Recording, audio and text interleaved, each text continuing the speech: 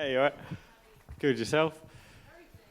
Feel a little bit strange for you? Obviously, being here in front of the media, not having a fight, UFC London, obviously that's one that you're normally on. How are you feeling this week and sitting here in front of us?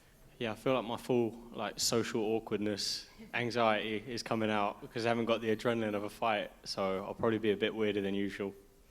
Were you not disappointed in a way, but how did you feel? Obviously, you were on the last London card. There was so much hype around that.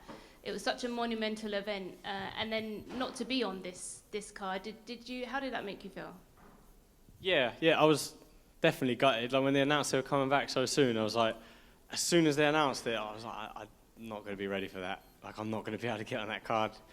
But I've always, like my whole career, just sort of trying to look at brighter things, bigger things, and the last card was really good, so I'll just keep that one in mind. Yeah, of course, and you had, a fantastic win against Dan Hooker. Talk about the feelings following that fight and that victory for you. A lot of pain more than anything. Just my hands throbbing for weeks, and it really hurt. So, but yeah, no, it felt good. It felt really good to beat some of a big name like that, and in that fashion as well. And I was told to take the back entrance today, and I went in the front entrance and went to Five Guys, and I literally stood there for about an hour taking the pictures.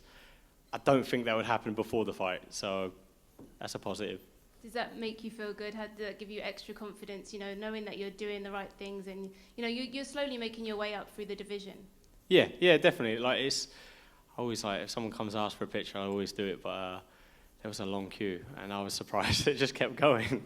I was like, okay, next one, yeah, keep going. But no, it's good to see I'm going in the right direction, and I'm like a cult star, Nice. And I think you mentioned Calvin Kattar after your last fight. Is there a name floating about that perhaps you think you have your eyes on next?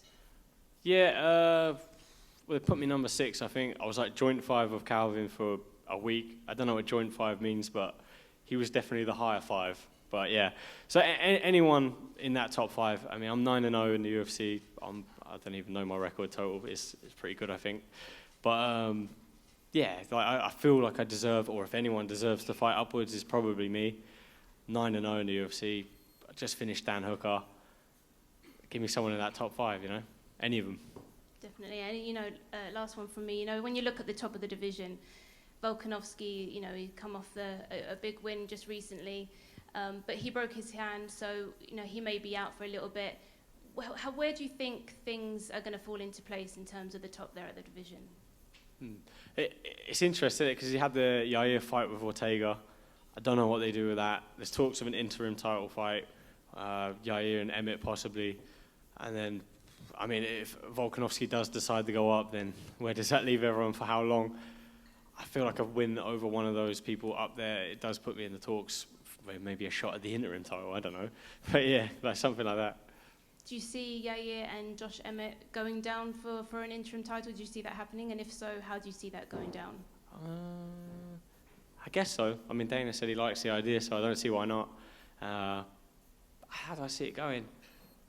I think Yair is too fast, too long, too good with his range for him. Yeah, I think Yair would win that.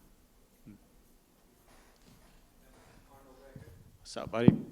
Hey, talking about that featherweight division and what could happen, 9-fight win streak is nothing to scoff at. When you think about what the schedule could be, where you're at currently right now physically, if they were to announce something going on, do you feel like you're someone who would stay ready, like to be a backup for an interim title or anything like that, depending on if they book Yair versus Josh? Oh, what, to be a backup for them? Yeah.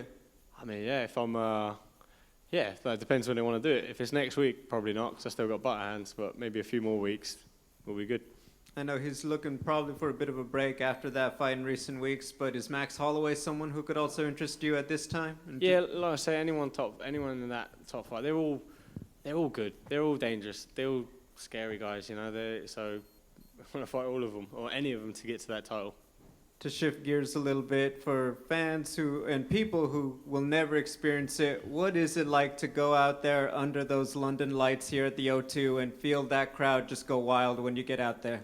Yeah, it's special. It's special. Like the last card they did here, I feel like the crowd was probably part of the reason it was such a crazy event with, I think it was 9 finishes, 9 bonuses. Was that right? Yeah. So there was 9 bonuses given out. And I think the fans played a big part in that. You know, it was crazy top to bottom. So everyone came out and put their best performances in. Thank you. Nice. Sports Kita here. Let me ask you, Volkanovski might be going up in weight. Do you have a prediction of how he would do against someone in the top of lightweight? For a title fight, or Anyone you think he could compete with Oliveira, or is there someone in the top 3 that you would like to see him face? yeah, for the Oliveira fight, I think he matches up pretty good. Like, he's a real good tactician, and you know, Oliveira, I love his fight style. He's so fun to watch. But if you're someone that's so good with a strategy and a game plan like Volkanovski, someone like Oliveira is someone you could plan for, you know, not easily, but like quite comfortably. You know what he's going to do. He's going to stand up tall. He's going to walk you down. If you fall into his guard, he's probably going to try and submit you. You know what he's going to do. So I think he fares quite well against Oliveira. Say if Makhachev wins the fight, I don't think he fares too good in that fight. So, yeah. Different styles, right? And are you excited to attend the after party tonight with no pain in your hands? The pain's always there. I wish it wasn't, but it is. You've been training at Team Renegade, right? Yeah. So you've been there obviously with Leon Edwards getting ready to fight for the title. Can you talk a little bit about, you know, what you've seen from him in his preparation and how you think he's going to do against Kamaru Usman?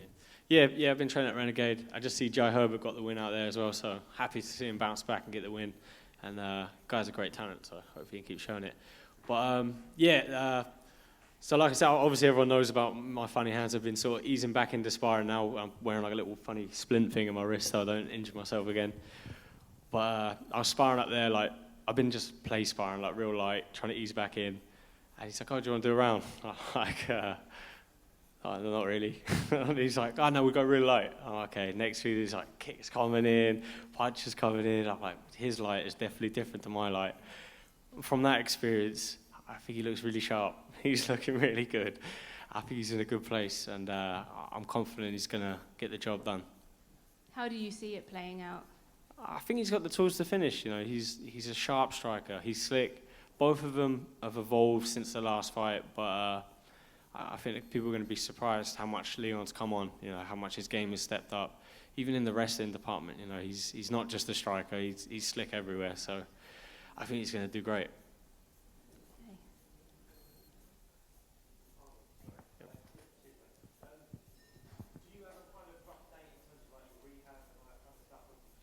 You might be healthy and your hands back to normal? Yeah, I get a lot of flack for fighting once a year, so any time before December 31st is good.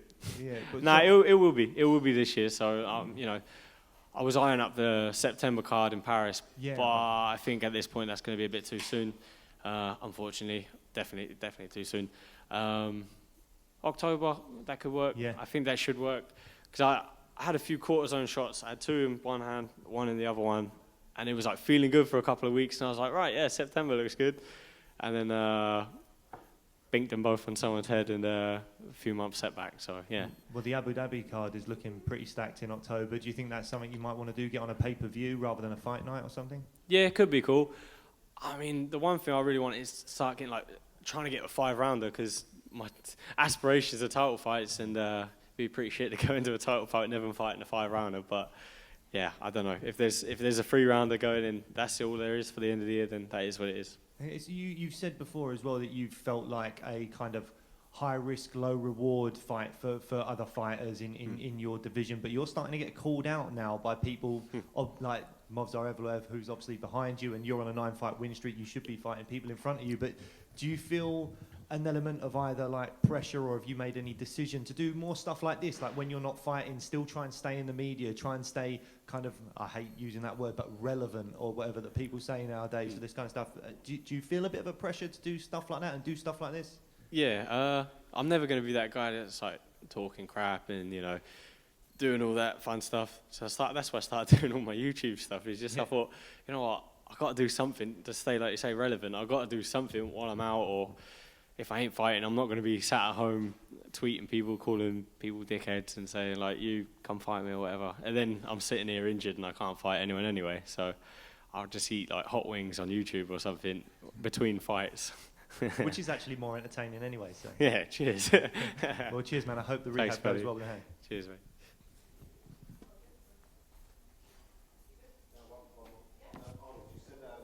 You said you're training at Renegade at the moment. How important is it to get out your comfort zone and go and train with different gyms? And I know you want to have a small amount of people around you trust, but how important is it to get out there, out your comfort zone, and spar and train with different people? Yeah. Like there's this weird thing in like the MMA thing at the minute, and you have to be loyal, obviously, to your team, like your day one guys and whatnot. But then there comes a point where your own loyalty will like hinder you, you know.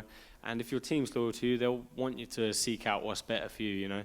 So like traveling somewhere like that and training with all those guys, like you mentioned, like Leon Edwards, obviously Jai Herbert fought tonight. They've got a load of other killers on the mat there. Going out, I'm not used to training with those guys. I'm not used to their bodies and all that thing. And it's somewhere where I don't call home, so it means everything to go there and work with those guys. And you build your connections. You sort of, you know, your team grows. You know, it's essential for me. And what I like about your career is, obviously you would have had, if they offered you a title shot 5 fights ago, you probably would have taken it, you know, but you've sort of done exactly similar to what Leon's done. You've had quite a lot of fights in the UFC now before getting the title shot. Do you think that's a good thing in a way? Like you're having this build-up before just getting chucked right into that title contendership? Yeah. I think it's been, like, I like fighting. I train hard all year. Like, even if I'm injured, like if I've got one hand available, I'm hitting pads with one hand, I'm sparring with one hand. You know, if I can't do anything, I'm watching tape. So I'm always doing something training. People seem to have this idea that I like fighting once a year. Like I train my ass off all year regardless. But I'm kind of getting sidetracked now with this. Where am I going with that? No, I was saying that you didn't jump straight to the big main event. You built your way through the fights. You know, make sure you get. So when I signed with the UFC, I was like, I was 21, and I probably wasn't ready for that like step up. And I signed with a bit of an injury anyway, hand injury, and then. You know, I had to take time to get better. So every fight, I got much better. Every time I fought, I got better. Like, but obviously, there's guys that fight once a year. Then in the off season, they're just sort of out getting fat and partying and whatnot. Yeah, so I'm trying to improve every fight. So every time you see me, I'm a better guy from the last time, not just the same fighter over and over. Well, it was pretty special last time. So if it's gonna be better than that next time, we'll look forward to it. Yeah, that was crap. Cheers, mate. Yeah. Get your thoughts on Hamza and Nate. Yeah, I don't know. I feel like I'm going with like the general consensus. I don't like it, but Diaz is he's a bad man. You know, like he's gonna bring the fight. He's gonna try and win. Anyone who has watched him fight knows what he's about. He's probably not going to check any leg kicks. He's probably not going to defend any takedowns. He's probably not going to block any punches. But he's going to keep coming forward and he's going to fight. You know, if he gets finished, he gets finished. But got to respect it, yeah. Like, a lot of respect for him. Not too many people want to fight Hamza at the minute. Thank you.